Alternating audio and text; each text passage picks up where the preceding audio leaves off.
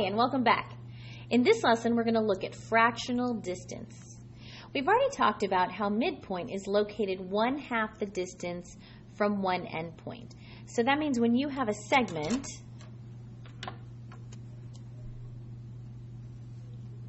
if you have the midpoint, you know that it's exactly the same distance on both sides, okay, if you have a midpoint. But today we're going to look at finding distances that are something other than halfway across. For example, 1/4 or 2/3 or 3/5. So if you wanted to do something like 1/4, you would need to take that, ideally, take that segment and divide it into 4 equal pieces.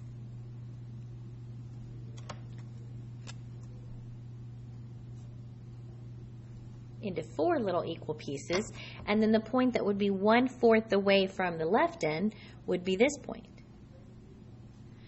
If I wanted to be 1/4 from the right end, that would be this point. Okay, you could also be 3/4, 1, 2, 3/4 away from this end. So you could do 1/4, 2/3, 3/5, any sort of fractional distance. That's what we're going to look at today. Okay. It's kind of a 3-step process, so we're going to walk through those 3 steps slowly. When I look at this first one, it says find point A. That's 1/6 the distance from point C to point T. So I've got point C here and point T.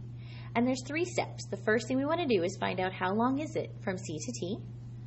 Then we're going to multiply the length by the fraction that we've been looking for. So in our case, 1/6. Then we're going to either add or subtract the product. Remember, product means result when you multiply, so from step 2, the product from the appropriate endpoint. Okay, and we'll understand what that means when we get there, but let's start with number 1. So on number 1, it says find the length of segment CT. And we talked about how to do this in 2 different ways on the last lesson. We talked about how you can take the bigger number 5 and subtract the smaller number -7, so I could do 5 minus a -7 and get 5 plus 7, which is 12. Or you can count, but remember, you have to be real careful when you count because a lot of people accidentally go 1. And they've already counted, but they haven't moved anywhere. Remember, you can't actually count until you start moving. So when you first put your pen down, you can't go 1. I haven't moved yet, right? So we don't move, we don't count 1 until we move, 1. So we don't get to 1 until we get here. 2, 3, 4, 5, 6, 7, 8, 9, 10, 11, 12. Okay, so 12 units, which is what we found here when we did our subtraction. Okay, so then my second step was to take and multiply the length by the fraction. So the fraction I'm using is 1/6. So I'm going to do 1/6 times, and since we don't have a nice fancy graphing calculator, you could open up your graphing calculator from CMS, or we could just take this 12 and then put it over 1 to make it easy to multiply, because then you just multiply your numerators, 1 times 12 and 6 times 1, and then we just divide. 12 divided by 6 is 2. Okay? And then my last step is to either add or subtract the product from the appropriate endpoint. So I have to see what endpoint they want me to start at. So it says here I want to find the distance from C to T. So I have to start here at -7, and I'm going towards the right. When we're going to the right, our numbers are increasing, so we're adding. If we were moving to the left, then we would want to subtract, but we want to add. We're starting at C, which is -7, and since we're moving to the right, we're going to add. And how much are we going to add? We're going to add this number from step 2.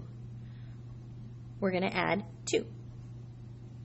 So -7 plus 2 is -5. And we can also start at C and count 2.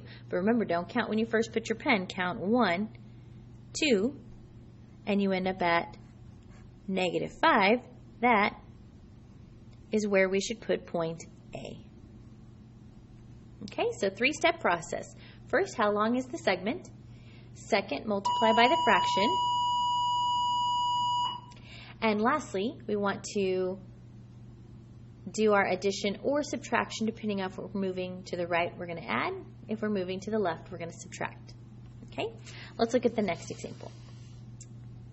If you want, you can try this one yourself, pause the video, try it, and then see if you get the same answer that I get.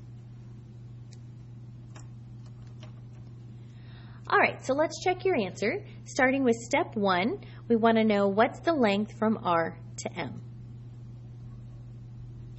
And again, we can do it in two ways. We could subtract 7 minus a negative 8,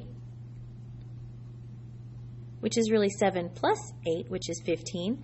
Or we could count. Remember, don't count when you first put your pen down. 1, 2, 3, 4, 5, 6, 7, 8, 9, 10, 11, 12, 13, 14, 15, which is the same thing I got mathematically. Okay? The second step is to multiply that answer, the 15, by the fraction that we're looking for, which in this case is 2/3. So 2 divided by 3 times the fraction, 15, which will make it a fraction by putting it over 1. That way we can just multiply across. 2 times 15 is 30.